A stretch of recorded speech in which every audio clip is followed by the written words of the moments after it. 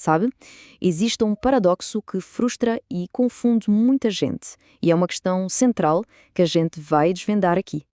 É uma situação que a gente vê por aí. Pessoas que dedicam a vida inteira ao trabalho com um esforço tremendo. E mesmo assim, o resultado financeiro simplesmente não aparece. Parece que a conta não fecha, não é? As respostas mais fáceis são quase sempre as mesmas. Ah, deve ser azar. Ou talvez a pessoa não se esforce o suficiente. Mas a verdade é que não se trata de nada disso. A raiz do problema é, na verdade, muito mais profunda e silenciosa. Está tudo na forma de pensar, em armadilhas mentais que prendem as pessoas num ciclo de escassez. Ok, vamos mergulhar nisso. A gente vai analisar 5 dessas armadilhas. Primeiro, a de normalizar a falta de dinheiro. Depois, a troca do futuro pelo prazer imediato. A influência de maus conselhos, o desrespeito pelo tempo e, por fim, as crenças que limitam a relação com o dinheiro. A primeira, e olha, talvez a mais perigosa de todas as armadilhas é esta aqui. Achar que é perfeitamente normal estar sempre sem dinheiro. Frases como essas são ouvidas o tempo todo e muitas vezes repetidas sem nem pensar no impacto real.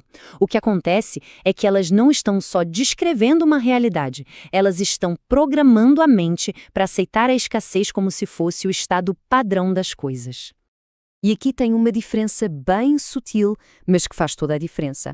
O que parece ser só realismo, é assim mesmo e pronto, acaba se tornando uma programação. A pobreza deixa de ser uma condição e vira parte da identidade, algo que a pessoa acredita que não pode mudar. E aqui está o ponto-chave. No momento em que uma situação é aceita como imutável, a gente perde toda a motivação para lutar contra ela. Essa aceitação vira quase uma sentença que a própria pessoa se impõe. Vamos para a segunda armadilha. Essa aqui opera de forma bem silenciosa no dia a dia. É aquela tendência de sacrificar os ganhos lá do futuro por umas pequenas doses de satisfação agora no presente. Os sinais estão por todo lado, né? É aquele parcelamento de algo que, no fundo, nem era essencial. Aquela compra feita só para impressionar os outros. Ou o gasto por impulso para aliviar um dia ruim. Cada uma dessas decisões é uma troca. Um pequeno alívio agora por uma oportunidade muito maior lá na frente. Isso mostra a diferença fundamental. Uma mentalidade de escassez vive presa no agora, sempre buscando um alívio imediato. Já a mentalidade de abundância, o oposto, ela se projeta para o futuro, com o foco em construir e crescer ao longo do tempo. A terceira armadilha tem a ver com as fontes de informação. É o perigo de seguir o conselho financeiro de pessoas que nunca tiveram sucesso financeiro.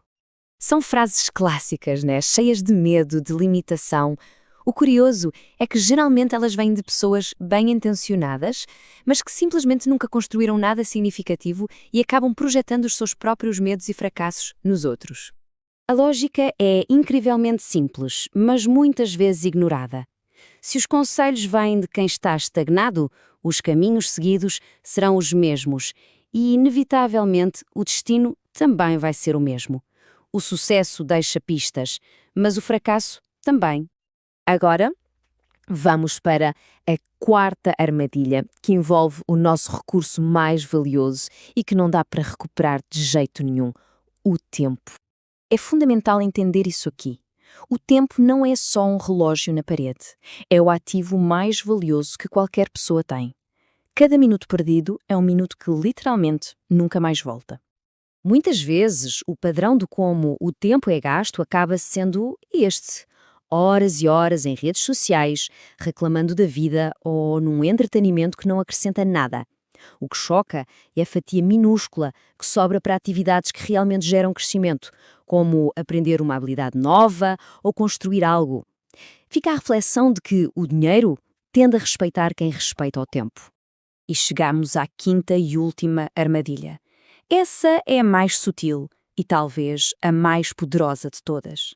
É aquela crença interna, bem profunda, de que o dinheiro é de alguma forma algo sujo ou errado. Essas ideias estão enraizadas na cultura, a noção de que dinheiro transforma as pessoas para pior, que os ricos são inerentemente maus ou que existe até uma certa nobreza na pobreza. Essas crenças levam a uma autossabotagem inconsciente.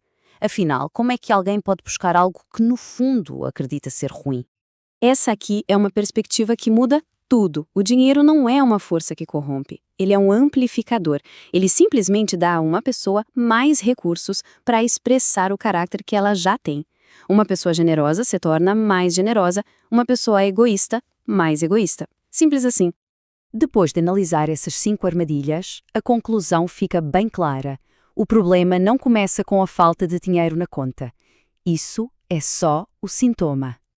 A verdadeira origem da pobreza financeira está na mentalidade, nas crenças, nos hábitos de pensamento e nas decisões do dia a dia que são moldadas por essas armadilhas internas. Portanto, com essa consciência, a questão muda de figura. Não se trata mais de sorte ou de fatores externos. A questão passa a ser uma escolha. Continuar repetindo os mesmos padrões mentais ou tomar a decisão consciente de quebrar o ciclo. A escolha é essa.